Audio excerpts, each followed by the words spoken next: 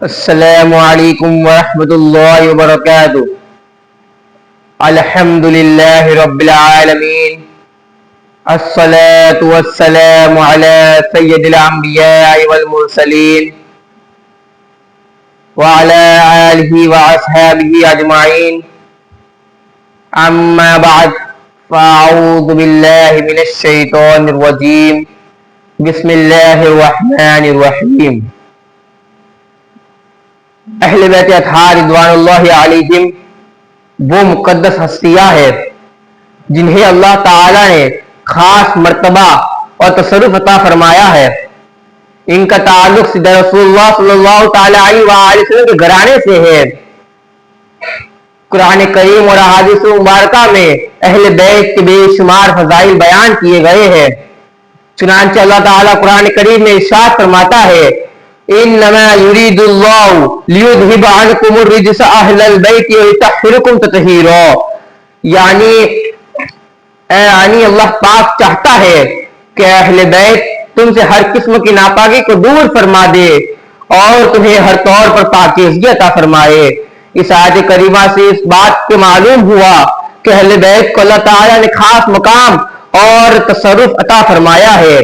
ایک اور مقام پر اللہ تعالیٰ قرآن کریم میں ارشاد فرماتا ہے، قُلْ لَا أَسْأَلُكُمْ عَلَيْهِ أَجْرًا إِلَّا الْمَوَدَّةَ فِي الْقُرْبَى، یعنی اے محبوب آپ فرما دیجئے کہ اس تبلیغ دین پر تم سے کوئی اجر نہیں مانگتا سوائے اس کے کہ تم میرے قرابت داروں سے محبت کرو۔ اس آیت میں اہل بیت کی محبت اور اہمیت واضح ہوتی ہے۔ حضور نبی کریم صلی اللہ تعالی علیہ وآلہ وسلم نے ارشاد فرمایا، خبردار ہو جاؤ میں تمہارے بیچ دو ایسی چیزیں چھوڑ کر جا رہا ہوں کہ اگر تم اسے مضبوطی کے ساتھ تھامے رہو گے تو کبھی گمراہ نہیں ہوں گے۔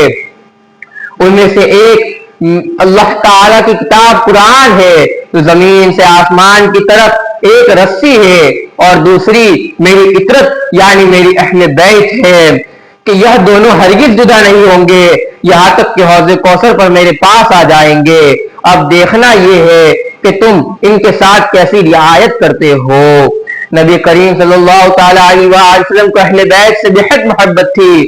ایک مرتبہ آپ صلی اللہ تعالی علیہ وآلہ وسلم نے حضرت حسن، حضرت حسین، حضرت علی اور فاطمہ رضی اللہ تعالی عنہم کو اپنی چادر مبارک میں جمع فرما لیا اور دعا ارشاد فرمائی،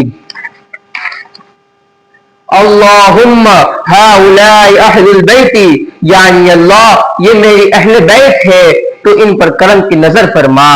آئیے ہم اہل بیت کے بارے میں چند فضائل سنتے ہیں۔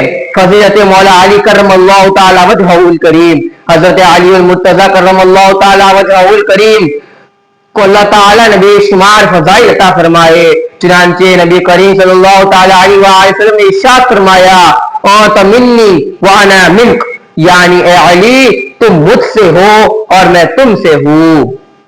ایک اور جگہ نبی کریم صلی اللہ تعالی علیہ وآلہ وسلم نے ارشاد فرمایا، انا مدینۃ العلم وعلی بابھا، یعنی میں علم کا شہر ہوں اور علی اس کا دروازہ ہے۔ حضرت علی کرم اللہ تعالی وجہہ الکریم علم، تقوی، تجارت اور عبادت میں بلند مقام پر رہتے تھے۔ آپ کی پوری زندگی دین کی خدمت میں گزری ہے۔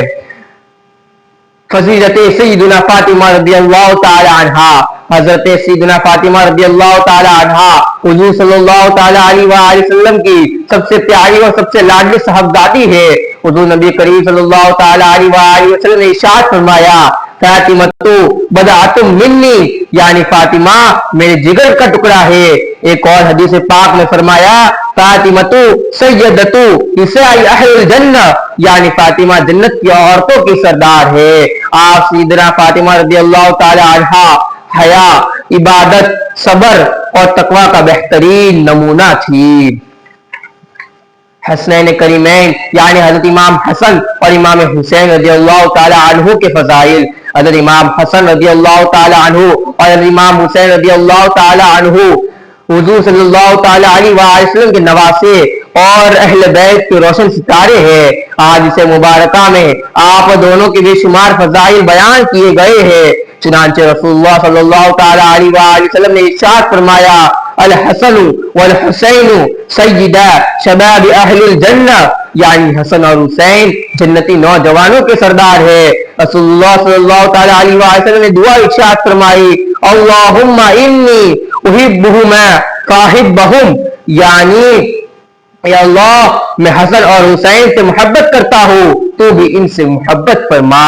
نبی کریم صلی اللہ تعالی علیہ وآلہ وسلم نے ارشاد فرمایا من احب الحسن والحسین فقد احبنی ومن ابغضہما فقد ابغضنی، یعنی جس نے حسن اور حسین سے محبت کی گویا اس نے مجھ سے محبت کی، اور جس نے حسن اور حسین سے بغض رکھا گویا اس نے مجھ سے بغض رکھا۔